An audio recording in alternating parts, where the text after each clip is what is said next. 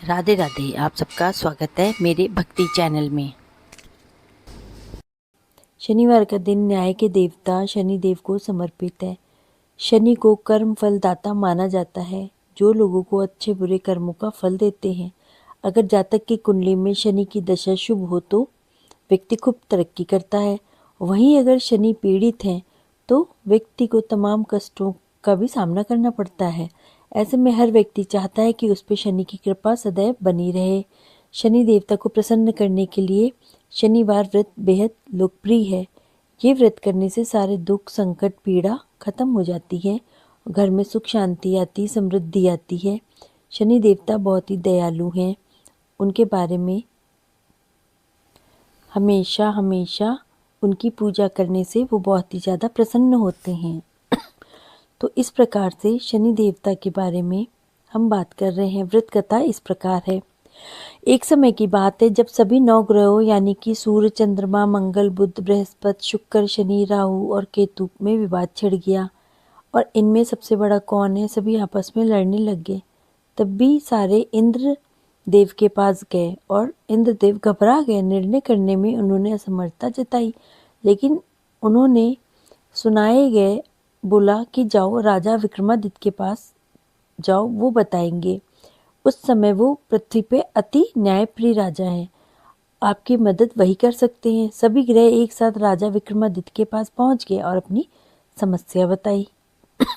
राजा विक्रमादित्य संकट में आ गए, क्योंकि वे जानते थे कि जिस किसी को भी छोटा घोषित किया जाएगा वो क्रोधित हो उठे। इसलिए उन्होंने 9 सिंहासन बनवाए और सिंहासन क्रम में रख दिए। फिर उन सबसे निवेदन किया कि सब अपने अपने सिंहासन पे आए और स्थान को ग्रहण करें। अंतिम सिंहासन पे जो बैठेगा वही सबसे छोटा माना जाएगा। लोहे का सिंहासन सबसे बाद में होने के कारण शनि देवता उस पर बैठ गए। तभी से वो सबसे छोटा कहलाने लगे। शनिदेव को लगा कि राजा ने जानबूझ के ये चाल चली है और वो गुस्से में राजा से बोले कि राजा, तू मुझे नहीं जानता है। सूर्य एक राशि में 1 महीना, चंद्रमा 2.25 महीने 2 दिन, मंगल 1.5 महीना, बृहस्पति 13 महीने व बुध और शुक्र 1-1 महीने का विचरण करते हैं। लेकिन मैं 2.5 से 7.5 साल तक एक ही राशि में रहता हूँ। मैंने बड़े बड़ों का विनाश कर दिया है। जब श्री राम की 7.5 आई थी तो उन्हें वनवास हो गया था। रावण के घड़ी में तो उसकी लंका को वानरों की सेना से हरा दिया था। अब तू क्या चीज है? ऐसा कहते हुए शनिदेव वहां से चले गए। बाकी के देवता खुशी खुशी वापस आ गए। कुछ समय बीतने के बाद राजा की 7.5 आ गई। जब शनिदेव बढ़िया बढ़िया घोड़े को लेके एक सौदागर बन के वहां पे पहुंचे। राजा को पता लगते ही वे अपने अश्वपाल को अच्छे घोड़े खरीदने की आज्ञा दे देता है। उसके सामने कई अच्छे घोड़े वो खरीद के ले आता है। उनमें से एक सर्वोत्तम घोड़ा राजा को सवारी के लिए दिया जाता है। राजा के सवार होते ही वह घोड़ा सरपट वन की ओर भागने चालू कर देता है और भीषण वन में पहुंचते ही वो गायब हो जाता है। इसके बाद राजा घनघोर जंगल में बिल्कुल अकेला भूखा प्यासा भटकता रहता है।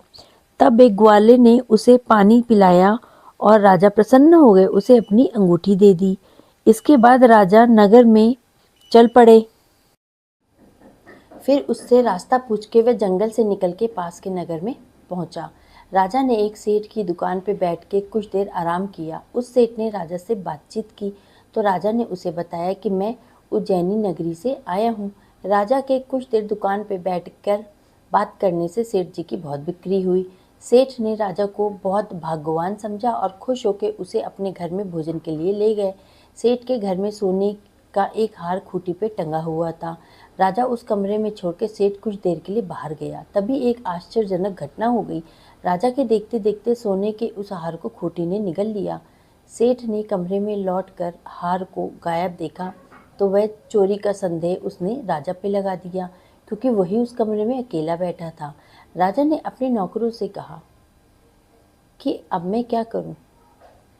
सेठ ने अपने नौकरों को बुलाया और तुरंत बोला, इस परदेसी को रस्सियों से बांध के नगर के राजा के पास ले चलो।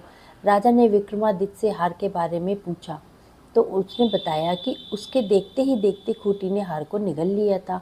इस पर राजा ने क्रोधित होकर चोरी करने का अपराध लगा के विक्रमादित्य के हाथ पैर काटने का आदेश दे दिया। राजा विक्रमादित्य के हाथ पैर काटकर उसे नगर की सड़क पे छोड़ दिया गया। कुछ दिन के बाद एक तेली ने उसे उठा के अपने घर में ले गया और उसे अपने कोलू पे बैठा दिया। राजा आवाज़ देके बैलों को हाँकता रहता। इस तरह तेली का बैल चलता रहा और राजा को भोजन मिलता रहा। शनि के प्रकोप की 7.5 पूरी होने पे वर्षा ऋतु प्रारंभ हो गई। राजा विक्रमादित्य एक रात मेघ मल्हार गा रहा था। तभी राजा की लड़की राजकुमारी मोहिनी रथ पे सवार होकर उस तेली के घर के पास गुजर रही थी। उसने मेघ मल्हार सुना तो उसे बहुत अच्छा लगा और दासी को बेच के गाने वाले को बुलाने के लिए कहा। दासी ने लौट के राजकुमारी को अपंग राजा के बारे में सब कुछ बता दिया।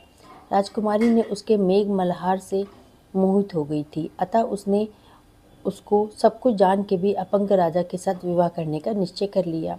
राजकुमारी ने अपने माता पिता से जब यह बात कही तो वे हैरान रह गए। रानी ने मोहिनी को समझाया, लेकिन बेटी, तेरे भाग्य में तो किसी राजा की रानी होना लिखा है, फिर तू इस अपंग से विवाह करके अपने पाप पे कुल्हाड़ी क्यों मार रही है। राजकुमारी ने अपनी जिद नहीं छोड़ी। अपनी जिद पूरी कराने के लिए उसने भोजन त्याग दिया और प्राण त्यागने की धमकी दी।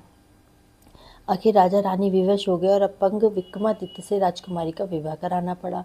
विवाह के बाद राजा विक्रमादित्य और राजकुमारी तेली के घर में रहने लगे। उसी रात स्वप्न में शनि देव ने राजा से कहा, राजा, तुमने मेरा प्रकोप देख लिया, मैंने तुम्हें अपने अपमान का दंड दिया है। राजा ने शनिदेव को क्षमा करने के लिए कहा और प्रार्थना की कि हे शनिदेव, आपने जितना दुख मुझे दिया है अन्य किसी को ना देना। शनिदेव ने कुछ सोचा और कहा, राजा, मैं तुम्हारी प्रार्थना को स्वीकार करता हूँ। जो कोई स्त्री पुरुष मेरी पूजा करेगा, शनिवार को व्रत करेगा, मेरी व्रत की कथा सुनेगा, उसमें मेरी अनुकंपा बनी रहेगी। प्रातःकाल राजा विक्रमादित्य की नींद खुली तो उसने अपने हाथ पांव देखे और खुशी का ठिकाना नहीं रहा। उसने मन ही मन शनिदेव को प्रणाम किया, उनको धन्यवाद किया। राजकुमारी भी राजा के हाथ पांव सही सलामत देख के आश्चर्यचकित हो गई। तब राजा विक्रमादित्य ने अपना परिचय देते हुए शनिदेव के प्रकोप की सारी कहानी कह सुनाई। सेठ को जब इस बात का पता चला तो दौड़ता हुआ तेली के घर पहुंचा और राजा के चरणों में गिर के क्षमा मांगने लगा। राजा ने उसे क्षमा किया और बोला, क्योंकि यह सब तो शनिदेव के प्रकोप के कारण ही हुआ था। सेठ राजा को अपने घर ले गया और उसे भोजन कराया। भोजन कराते समय वहाँ एक आश्चर्यजनक घटना घटी। सब देखते ही देखते उस खूंटी से हार उगल दिया। खूंटी ने जैसे ही हार को उगला, सब चौकन्ने हो गए। एकदम से ये क्या हो गया। सेठ जी ने अपनी बेटी का विवाह भी राजा के साथ ही कर दिया और बहुत सारे स्वर्ण आभूषण, धन इत्यादि देके राजा को विदा किया। राजा विक्रमादित्य राजकुमारी मोहिनी और सेठ की बेटी के साथ उज्जैनी पहुंचे तो नगरवासियों ने हर्ष उल्लास के साथ उनका स्वागत किया।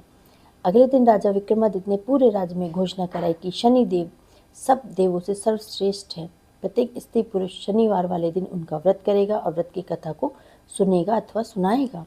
राजा विक्रमादित्य की घोषणा से शनिदेव बहुत प्रसन्न हुए। शनिवार का व्रत करने से और व्रत कथा सुनने से सभी मनोकामनाएं पूर्ण होंगी। शनिदेव की अनुकंपा आप पर बनी रहेगी और सभी लोग आनंद पूर्वक वहाँ रहने लगे। इस प्रकार से जो भी शनि भगवान जी का व्रत करता है, उनकी कथा को सुनता है, उसके सभी दुख और तकलीफ़ें खत्म होती हैं। शनि देवता की आरती। जय जय श्री शनि देव भक्तन हितकारी, सूर्यपुत्र प्रभु छाया है महातारी। जय जय श्री शनि देव भक्तन हितकारी, श्याम संग अंग वक्र दृष्टि चतुर्भुजाधारी, नीलांबर धारनाथ गज की असवारी। जय जय श्री शनि देव किरीट मुकुट शीश, राजित दीपत है लिले लारी, मुक्तन की माला गले शोभित बलिहारी। जय जय श्री शनिदेव मोदक मिष्ठान, पान चढ़त है सुपारी, लोहा तिल तेल उड़द महिषी अति प्यारी। जय जय श्री शनिदेव देव अनुज ऋषि मुनि सुमिरत, नर नारी विश्वनाथ धरत, ध्यान शरण है तुम्हारी। जय जय श्री शनिदेव भक्तन हितकारी। शनिदेव भगवान की जय। अगर आपको मेरा चैनल पसंद आया है, मेरे चैनल में आपको हर तरह की व्रत कथा, आरती, पूजा विधि, पूजा का शुभ मुहूर्त और पारण का समय, व्रत कथा सब मिलेगी। तो कृपया मेरे चैनल को लाइक, शेयर और सब्सक्राइब करिएगा। धन्यवाद।